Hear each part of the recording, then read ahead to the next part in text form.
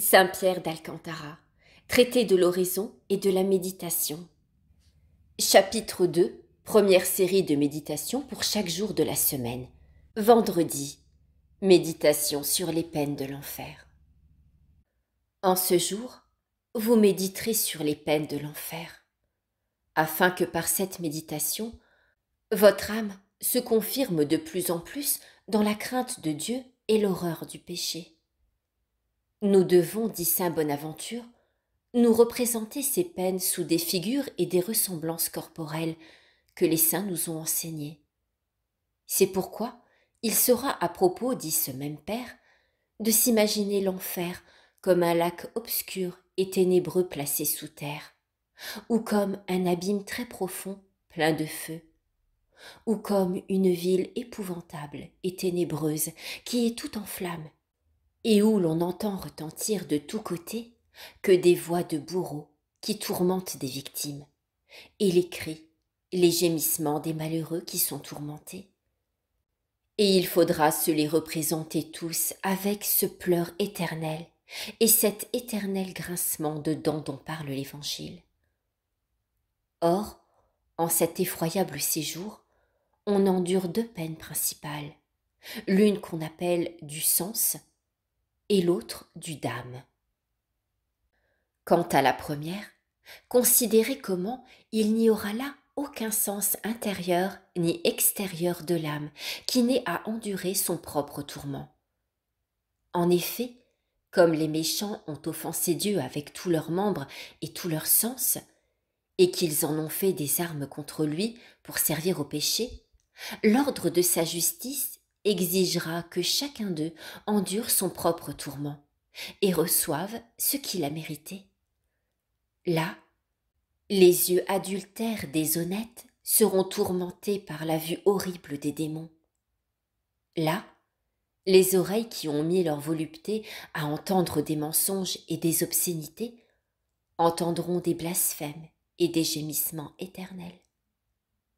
Là, ceux dont l'odorat s'est délecté dans les parfums et les odeurs sensuelles seront plongés dans une intolérable infection.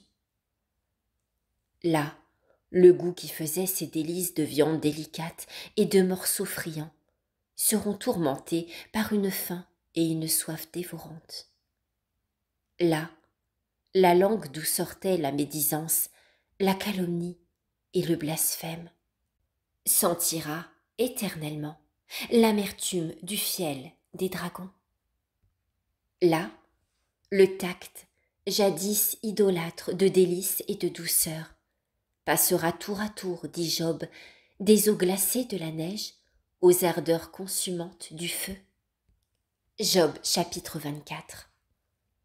Là, l'imagination sera tourmentée par la vive appréhension des douleurs, la mémoire par le souvenir des plaisirs passés, l'entendement par la représentation des maux à venir, et la volonté par des colères effroyables et par la rage dont les méchants seront animés contre Dieu.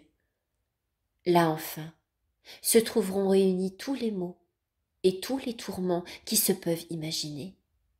Parce que, comme dit saint Grégoire, là il y aura un froid qu'on ne peut supporter, un feu qu'on ne peut éteindre, un ver qui ne meurt point, une infection intolérable, des ténèbres palpables, les coups déchargés par les bourreaux, la vue des démons, le désordre du péché, des espoirs causés par la perte de tous les biens. Eh bien, dites-moi maintenant si le moindre de tous ces maux qui sont là réunis, souffert durant un très petit espace de temps, serait si pénible à endurer. Que sera-ce d'endurer là, en même temps, toute cette multitude de maux dans tous les membres et dans tous les sens intérieurs et extérieurs, et cela non durant l'espace d'une nuit, ni de 1000, mais durant une éternité sans fin.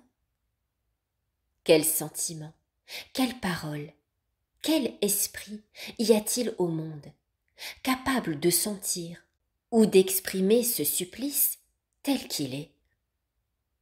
Mais cette peine n'est pas la plus grande de celles que les réprouvés endurent en enfer.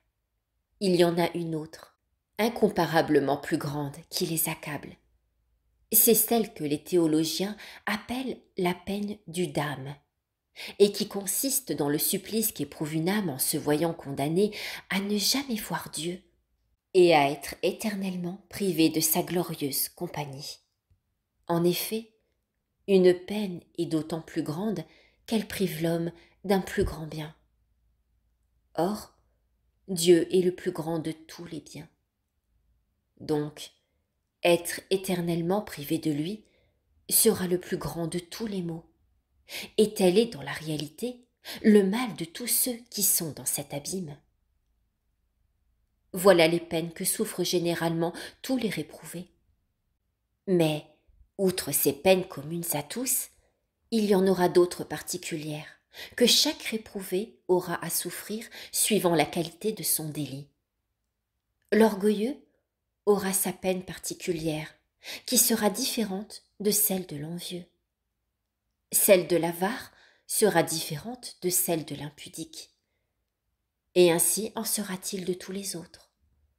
Là, la douleur se mesurera sur le plaisir goûté, la confusion sur la présomption et l'orgueil, le dénuement sur l'excès et l'abondance, la faim et la soif sur les délices et le rassasiement passé. À toutes ces peines se joint l'éternité de la souffrance, qui est comme le sceau et la clé. En effet, tout cela serait encore tolérable s'il y avait une fin, parce que rien de ce qui finit ne saurait être appelé grand.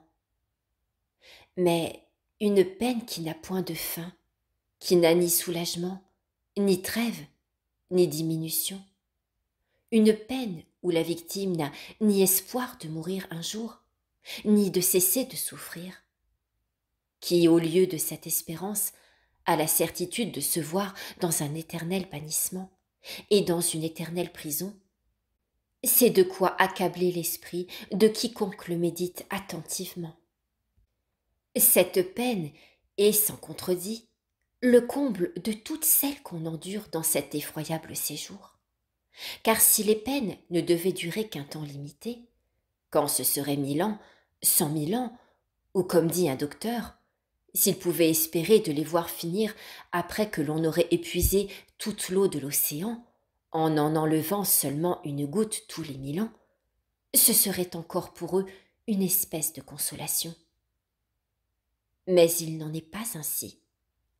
Leurs peines égaleront l'éternité de Dieu et la durée de leur misère, la durée de la gloire divine.